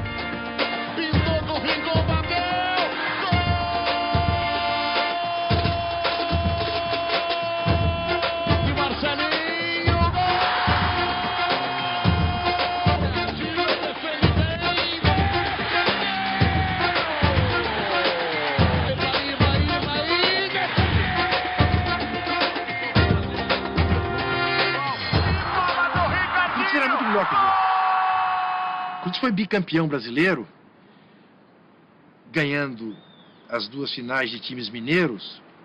Fizeram de tudo, arbitragens horrorosas contra o Corinthians, e mesmo assim o Corinthians passou por cima e acabou campeão. Sabe, a gente fala, pô, vamos arrebentar hoje, vamos dar show hoje, vamos passar por cima hoje, vamos pra porrada hoje, vamos. Era assim, meu irmão. O Dinei abraçou a causa também e ele veio pra cima, lógico, jogar os seus 20 minutinhos, os 15 minutinhos, que ele mesmo queria jogar 20, ele não queria mais jogar mais do que isso. Ele ajudou muito o Corinthians.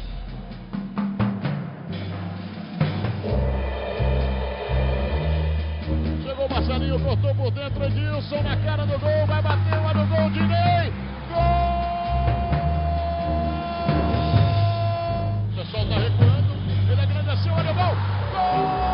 Aí eu brincava com o Rico, falando, Rico, bola desse time sou eu. Você joga 90 minutos, vocês não resolvem nada. Bola só aqui, Jojo. Em 20 minutos resolve mais que você. Você vagabundo de fogo. Dividiu, ganhou, olha o gol!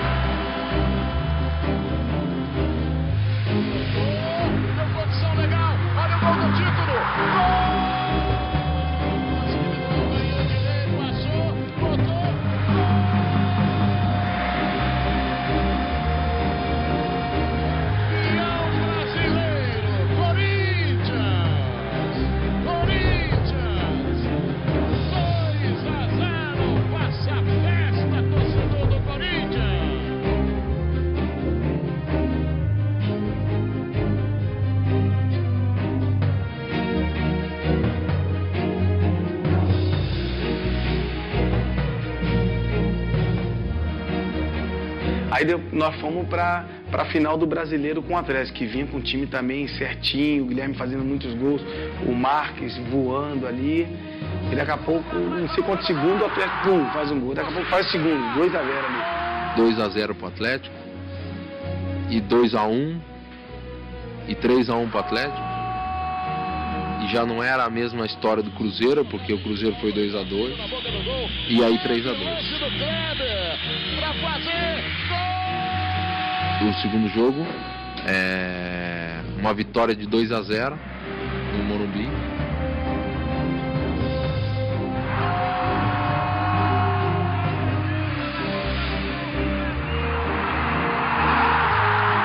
Aí o terceiro, 0-0.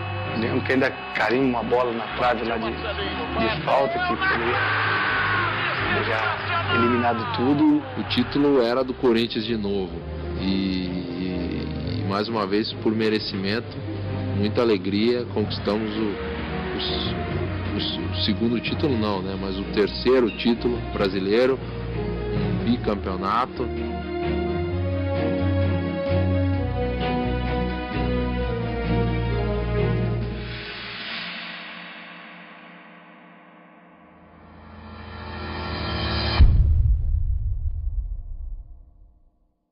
Estava todo mundo muito confiante, né? E foi uma fase linda, né? Eu acho que esse Mundial foi maravilhoso.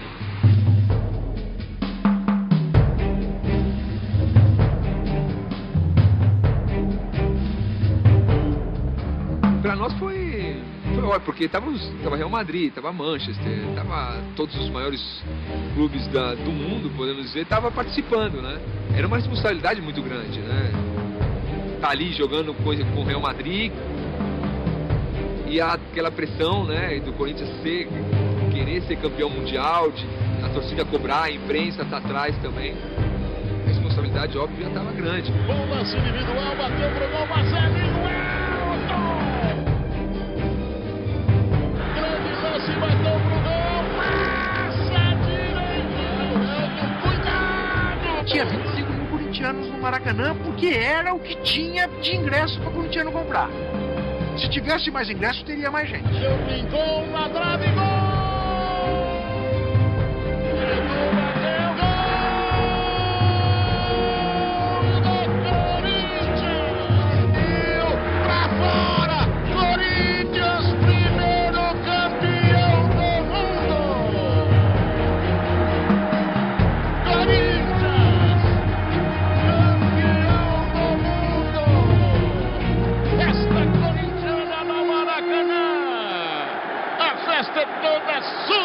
Torcedor do Corinthians. Eu voltei desse jogo, Corinthians e Vasco, num voo em que o comandante pediu lá em cima no céu para a torcida parar de fazer ola porque estava desequilibrando o avião. Tinha um bando de louco no avião, era só a torcida do Corinthians e fazendo ola no avião. E o comandante entrou pedindo, pelo amor de Deus, para com isso, porque isso aqui é grande, mas não é 2, né? E é isso, é a torcida do Corinthians. Depois de conquistar o mundo, o Corinthians ganha praticamente um título por ano.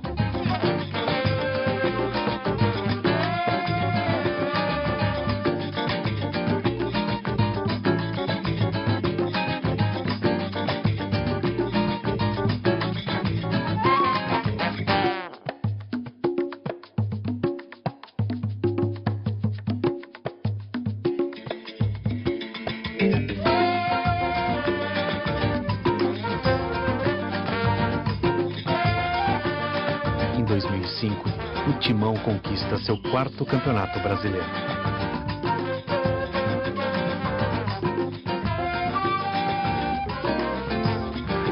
Mas, como ao longo de toda a sua história, mais um grande desafio estava por vir.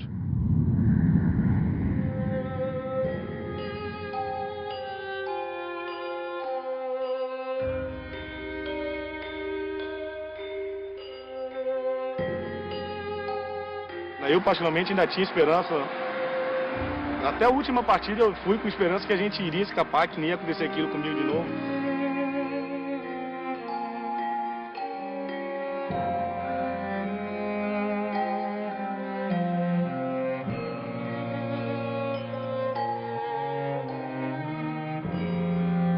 Hoje a maior dor que eu tenho como ser humano foi o dia que o Corinthians caiu. Foi muito difícil e deixa pra lá, vai. Foi o modo mais difícil de aprender, mas felizmente aprendemos, né?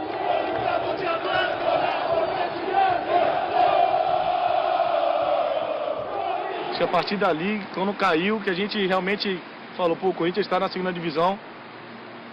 Logo em seguida chegou o Antônio Carlos, aí o Andrés trouxe o Mano. Iniciamos um trabalho de reestruturação. Esse trabalho nos levou à conquista da Série B de forma brilhante, porque foi com uma vantagem bastante grande, com uma campanha muito boa.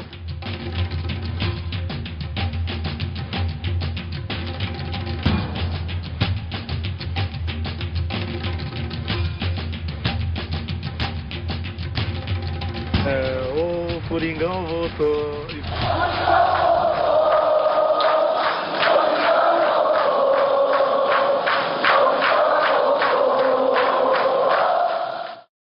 E o Corinthians volta. Volta com a força de um dos maiores jogadores de todos os tempos.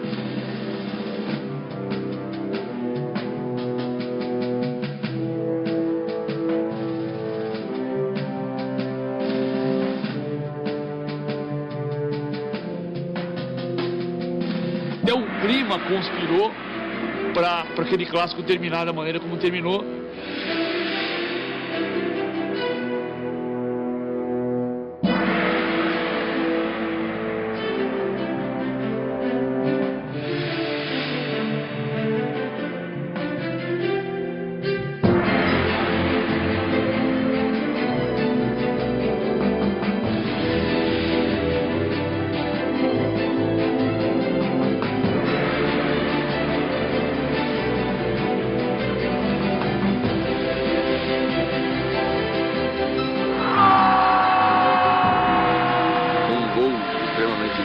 Importante e decisivo, só comprova a sua capacidade de estrela, de vencedor que tem.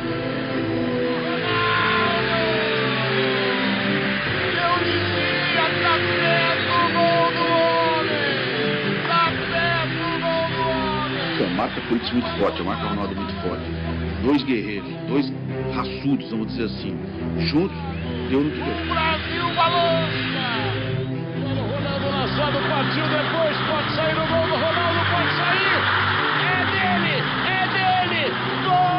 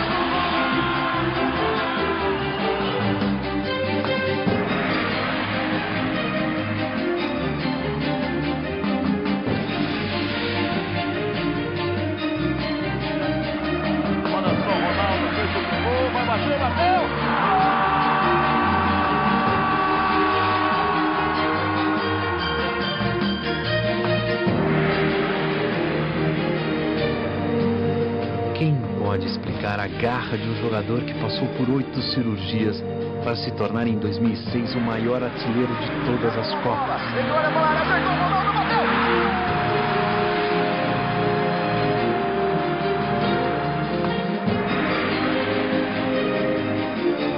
Quem pode explicar esse time que nasceu das mãos de 5 operários para se tornar um verdadeiro fenômeno social, que é eterno, capaz de renascer a cada dia, a cada jogo, mesmo nos piores momentos.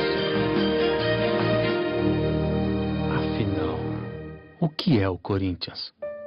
O Corinthians é um pouco a vitória de quem raramente consegue vencer. O Corinthians é uma república dentro do estado de São Paulo. Ali tem um povo, é outra linguagem, é outro idioma, tem outro governo, entendeu? São outros comportamentos, outra religião. Não é preto e branco, velho. é outra coisa. Corinthians é um grande amor da minha vida. Eu não saberia viver sem o Corinthians. Acho que é um povo inteiro, né, que vibra intensamente pela sua glória. Te amo, Corinthians, te amo. É uma paixão inexplicável. Não tem explicação. Só quem é mesmo para saber o que é ser corintiano. Como eu amo o Corinthians, meu Deus. É o amor de amante, é o amor de marido, é o amor de filho, é o amor de tudo. É um amor do tamanho do mundo. Gostoso falar do Corinthians.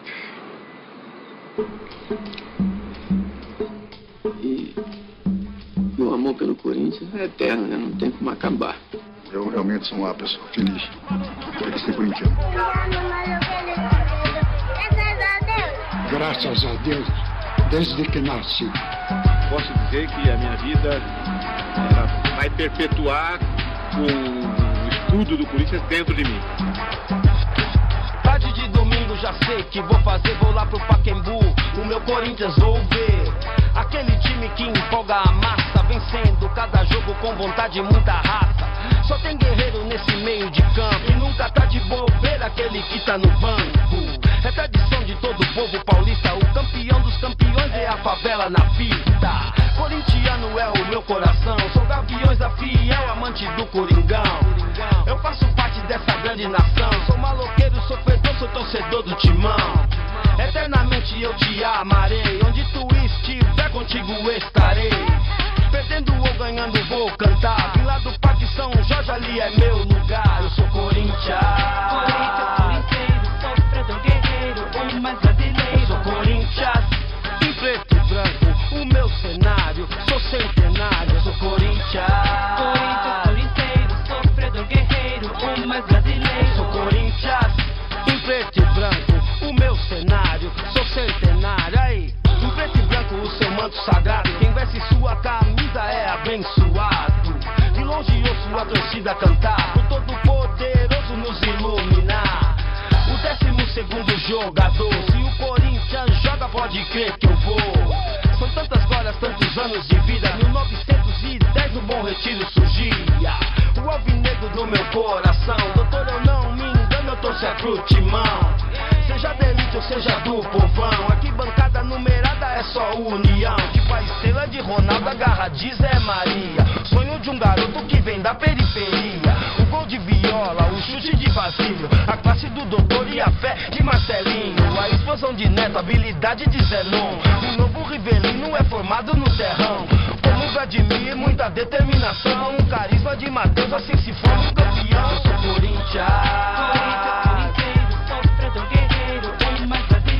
Corinthians, em preto e branco, o meu cenário, sou centenário. Eu sou Corinthians, corinteiro, sofredor guerreiro, o mais brasileiro. Sou Corinthians, em preto e branco, o meu cenário, sou centenário.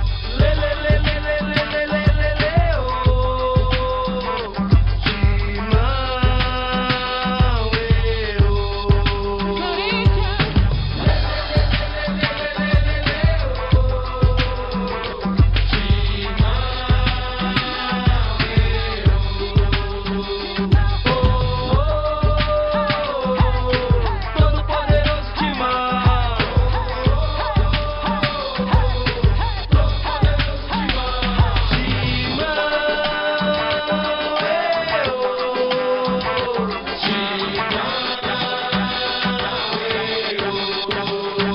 Corinthians. Aqui tem um bando de louco, louco por ti, Corinthians. Aqueles que acham que é pouco, eu vivo por ti, Corinthians. Eu sou Corinthians, sofredor guerreiro, o mais brasileiro. Eu sou Corinthians, em preto e branco, o meu cenário, sou centenário. Eu sou Corinthians, sofredor guerreiro, o mais brasileiro. Eu sou Corinthians, em preto e branco, o meu cenário, sou centenário. Tá gravando já? Só falta meus cabelos, rapaz. Que parece. Você acredita que não sabia que o Paulista cruzava o Augusto? Todo mundo morando aqui. Vamos embora, vai. Se mudasse a mão de direção da rua, ele chegava para ser São Jorge, ele perderia o Corinthians. É mesmo, pai? Tarde de domingo já sei que vou fazer, vou lá pro Pacaembu, o meu Corinthians vou ver. Aquele time que empolga a massa, vencendo cada jogo com vontade e muita raça. Só tem guerreiro nesse meio de campo e nunca tá de bobeira aquele que tá no banco. É tradição de todo o povo paulista, o campeão dos campeões é a favela na pista. Corintiano é o meu coração, sou Gaviões da Fiel, amante do Coringão. Eu faço parte dessa grande nação, sou maloqueiro, sou melhor de São Paulo, é onde eu posso pegar esse cabelinho. Vamos lavar o cabelo primeiro? Só que a torneira era dessa altura, você tinha que colocar isso embaixo. Isso ali é mangueira. É de 4 para lavar a cabeça. Eu sou Corinthians, em preto e branco, o meu cenário, sou centenário, eu sou Corinthians. Corinteiro, sofredor guerreiro, o mais brasileiro. Eu sou Corinthians, em preto e branco, o meu cenário, sou centenário. Aí. Ganhamos do Palestra, nosso velho freguês nacional. É que nem eu falo muito para meus amigos de seleção. É melhor você ter torcedor com só a favor do que contra. Mas por quê? Porque eles são muitos. Ser católico e corintiano. Não é isso. Acho que a história é essa. O alvinegro do meu coração, doutor, eu não me engano, eu torço pro timão. Foi, ação. Aqui bancada numerada é só união. Tipo a estrela de Vai ver uma mosquitinha. Caralho. Ele sabia quando o jogador também. O gol de viola, o chute de vacina. A classe do doutor. A coisa que eu mais gostava quando fazia um gol, vinha correndo e pulava nas costas. O dedo abaixou, quase quebrava. Eu admiro muita determinação, carisma de Mateus. Assim se for um campeão, eu sou Corinthians.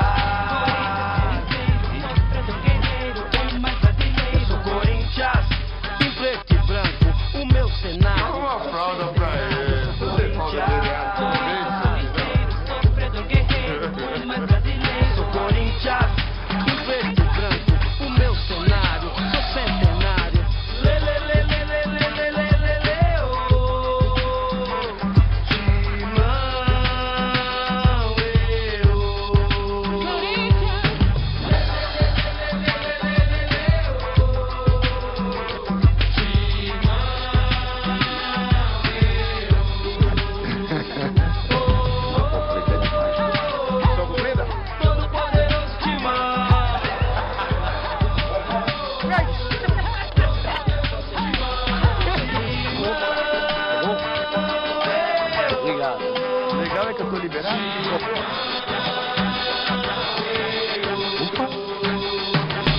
Aqui tem um bando de louco, louco por ti, Corinthians. Aqueles que acham que é pouco, eu vivo por ti, Corinthians.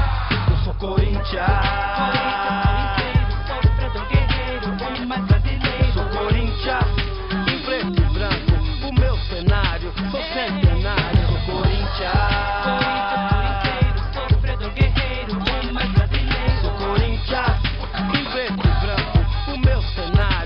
Centenário, Neto e Amilcar, Tupi, Gané e Deodébio, Jango, Brandão e Dino, Cláudio, Luizinho e Baltazar, Gilmar, Rincon, Gamarra, Givanildo, Geraldão, Tupanzinho, Ataliba, Ezequiel, Garrincha, Domingos da Guia, Ado, Balinha, Birubiru e Teves.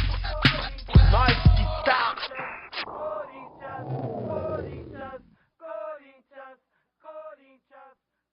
Vamos gritar Corinthians!